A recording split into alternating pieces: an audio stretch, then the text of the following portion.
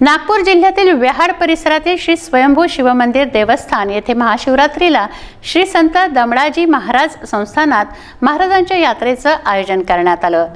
मंदिर विश्वस्तांच्या व गावकऱ्यांच्या वतीनं आयोजित करण्यात आलेल्या या यात्रेला मोठ्या संख्येने भाविकांनी प्रतिसाद दिला।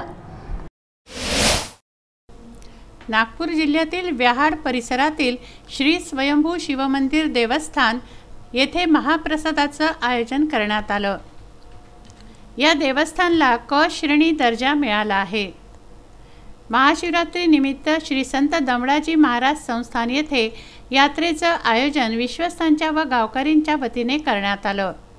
मंदिरात पूजा अर्चा करून गोपाल काला भजन व त्यानंतर महाप्रसादाचं आयोजन करण्यात आलं।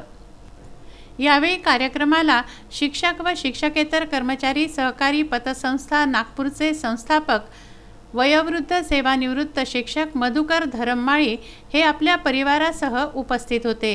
असंख्य भाविक भक्तांनी महाप्रसादाचा लाभ घेतला।